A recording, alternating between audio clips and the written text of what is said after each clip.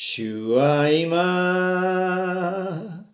生きておられる。我がうちにおられる。すべては主の御手にあり。今日も生きよう。主がおられる。Because he lives, I can face tomorrow. Because he lives, all fear is gone. Because I know he holds the future.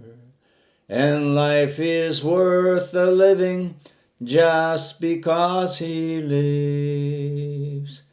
Amen. おはようございます。こんにちは。ある人にはこんばんは。今日も新しい一日が与えられ、その一日をもうすでに満喫して歩んだ人、またいろいろ考えさせられ、学ばされた一日である人、また今日は期待持ちながらこの一日を楽しく過ごそうと思っている人、あなたに送るバイブルからの言葉、今日は第一コリント人への手紙3章の7節。私が植えてアポロが水を注ぎました。しかし成長させたのは神です。このコリント人への手紙第一3章の中には、あなた方は御霊に属する人ではなく肉に属するもの、まだ幼いものとして私はあなた方に御言葉を伝え、教え、導きましたと。あなた方の間では私はアポロにつくとかパウロにつくとか、結局見るべきものを見ずに人を見て、そしてそこで、分裂分派を起こしているじゃないかと。結局肉に属する者は誘惑に陥りやすい。また御霊にとどまるよりは己の我にとどまって、その背後に悪魔が働き、聖書の中に出てくる本当の羊飼いは羊のために命を捨てるけど、偽りの羊飼い、雇われ羊飼いは結局物事が難しくなったら逃げてしまう。また強盗は盗み滅ぼし殺すために来る。まさに盗み滅ぼし殺すというのは悪魔がやること。神様は人となって私たちのために命を十字架の上で捨てるほどまで私たちを愛し、死んでよみがえってくださって、死に打ち勝ち、罪に打ち勝つ生き方を導いてくださる方。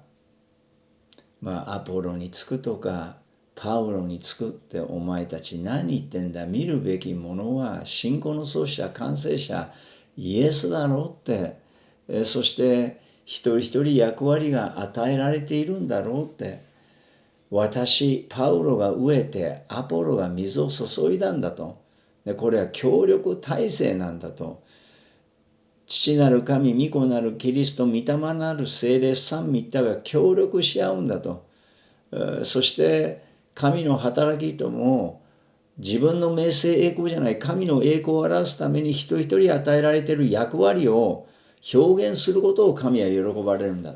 私が植えてアポロが水を注いで協力し合って神様のことを伝えたけど、成長させたのは神なんだと。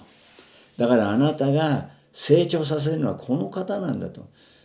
神は人を成長させるために器を用いるんだと。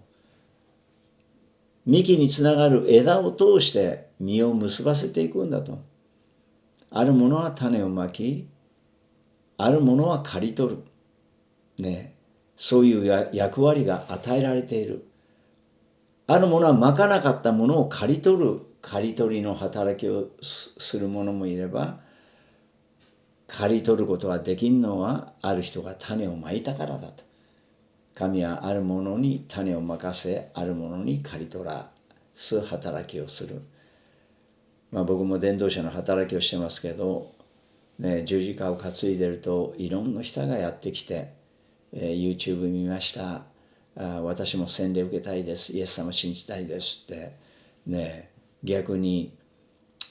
御言葉の種を YouTube でまきながら現場の十字架行進で刈り取ることを体験させて、もらうわけですよね。この映像もリサとジョージが背後で、その種まきを手伝ってるわけですよね。そしてこの協力体制で種をまいて、そして聖霊の働き、御言葉のパワーによってその実を刈り取るという、そういう働きにも携わらせていただいているわけですよね。ある時はこの前の十字架行進のように備えられている人がやってきて、後に、そのまかれた種が実を結んで、信じて教会につながるという働きもある。これみんな失えたまさに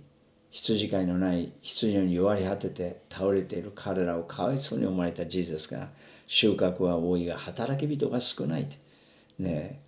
収穫、神の国の収穫、神の国が広まっていくために、それを広めていく、種まく、また刈り取る働き人が必要だということですよね。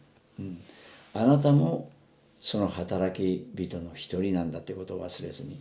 またいろんな人が種をまいてくれている。これも一つの種まきの働き。あるものが水を注ぐ。これも水を注ぐ働きかもしれない。でも成長させるのは神だということを忘れずに、神はいろんな人を、またあなたをも用いて与えられている賜物を聖霊の力によって発揮できるように、御言葉の灯火を通して、その遠心力の中で神の栄光を表す器として、神ご自身があなたのここに種をまき、水を注ぎ、そしてあなたを祝福の道へと導いてくださる。